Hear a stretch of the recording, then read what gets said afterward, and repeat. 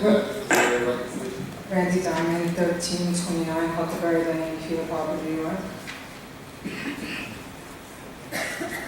I continue to contact you regarding significant issues pertaining to the shelter, yet I've witnessed no improvement. Although I appreciate that Mr. Denny has had multiple conversations with me, it is telling that I have not received a direct contact response from you, Supervisor Santino. Given that you're clearly the Hempstead official who could implement the urgent and necessary substantial change. As a concerned town of Hempstead resident and the person who traps more cats than any other resident and likely all employees, I believe that I'm extremely knowledgeable regarding the necessity of TNR in our area and the capabilities and inadequacies of the shelter staff. Despite the fact that the person in question, who we had discussed earlier, passed the exam, she is not qualified for her current position, let alone any promotion, and I've contacted you repeatedly to let you know that. She's incapable of adequately handling tasks. There's no follow-through, enthusiasm, or empathy for the animals. She's rude and arrogant to constituents, concerned more about wielding power than accomplishment, and has had detrimental impact on employee morale.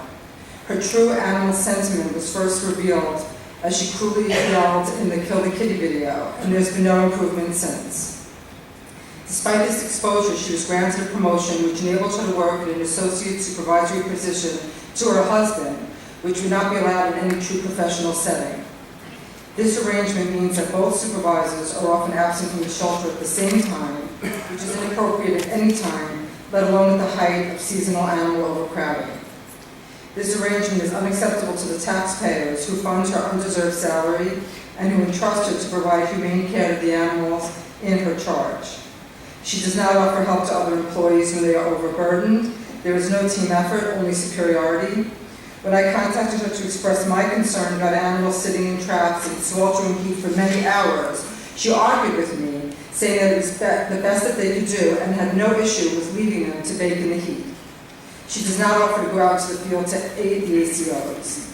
When I contacted the shelter regarding a colony that needed TNR, months passed before she made the effort to visit the site, and then she dropped the ball, saying that there were no cats there, despite there being more than 15 initially, and now many litters of kittens. And she said that she left an agreement to be signed but never received a response. I have never encountered a colony that I walked away from, and in this case I only needed to care enough to ask, and the agreement was signed. She doesn't care. When she did transport of friendly cats, she delivered them describing that they were feral because they were in traps. She didn't understand that the shelter often transports in traps. Her answer to the most basic inquiries or requests is that she'll check on it when she gets a chance, and that chance rarely comes unless her superiors her supervisors are contacted. The phones go unanswered when she's put in the office. She disconnects calls when she attempts to answer her phone. When I ask about a particular animal, she tells me that I'm mistaken and I'm actually referring to another one, which is never the case. She's easily confused, and as a result, other efficient shelter staff need to compensate for the work that she cannot do, or is sent on wasted tasks because she doesn't understand the assignments and miscommunicates them. She recently sent an ACO on what she described as a TNR assignment rather than to trap for relocation. The ACO spent the entire day watching cats that were already spay-neutered while waiting for the cats that were not, when in actuality he should have been trapping them. This person who is receiving this promotion is responsible for huge amounts of wasted money and time. The staff, animals, and constituents are all paying the price. How could she be considered for promotion when everyone involved is complaining about her incompetence? For the past several years, I have stressed the importance of TNR in the town of Hempstead, and I have worked tirelessly to create improvement. Until we maximally utilize spay-neuter for population control, we will never limit the number of animals overcrowding the shelter or the funds to care for them. TNR is the foundation, both humanely and financially. Yet today, the shelter staff is assigned to do only about 10% of the trapping, while the public is responsible for the rest. We could begin to accomplish so much if the shelter was taking significant responsibility for the trapping as well. The waiting list is currently 6 to 9 months for TNR, and that's not even approaching the breadth of animals who need to be fixed. When the ACOs rightly complained about animals overheating in traps, the solution became to trap much less, rather than to trap in concentrated areas, so that we could safely trap as many as possible. Again, the situation was approached to take the easiest, least beneficial route. The result is that hopefully the animals won't overheat, but instead they'll multiply beyond control. In addition, there are certain ACOs who excel in these efforts, while others are barely breathing. Once again, I ask, why aren't the amazing employees applauded and rewarded, and why aren't the others held to their standard? I implore you to create a full TNR program which will positively impact the residents and animals of the town of Hempstead, and to use your competent employees to the animals' maximum benefit. I have repeatedly addressed the issue of friendly cats and kittens, or kittens who are young enough to be socialized, usually 4 months and younger, who were initially brought in for TNR, being released outside. These animals deserve to be housed and placed in appropriate homes and never released.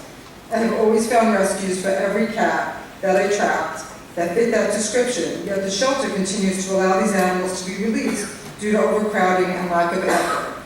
The shelter employs a full-time placement coordinator. That should ensure that every animal who is not feral will have a safe place. Okay, Ms. Diamond, if you could wrap up your comments. If you have more than is within a limited time to wrap up, please give it to the final point, the final 2 points, is one, that the placement coordinator should be held responsible for placing all the animals that are in the shelter, and that's clearly not being done. And the other point is that I've contacted several people within the shelter and the administration of the shelter regarding changing the flea medication from Vectra to Revolution, which is effective for roundworms and ear mites in addition to flea treatment. And I was told that the contract would be up for renewal in the summer. This was months prior to the summer.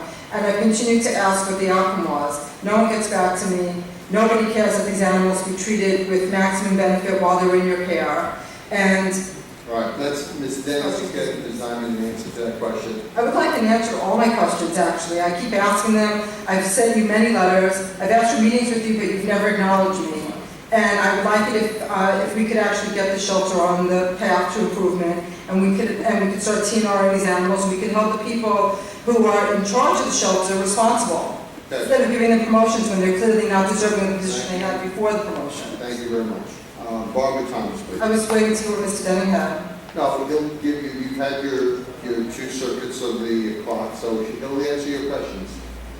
When will that be? He'll meet with you to answer your questions. You can meet you in the back right now if you know them off the top of his head. Barbara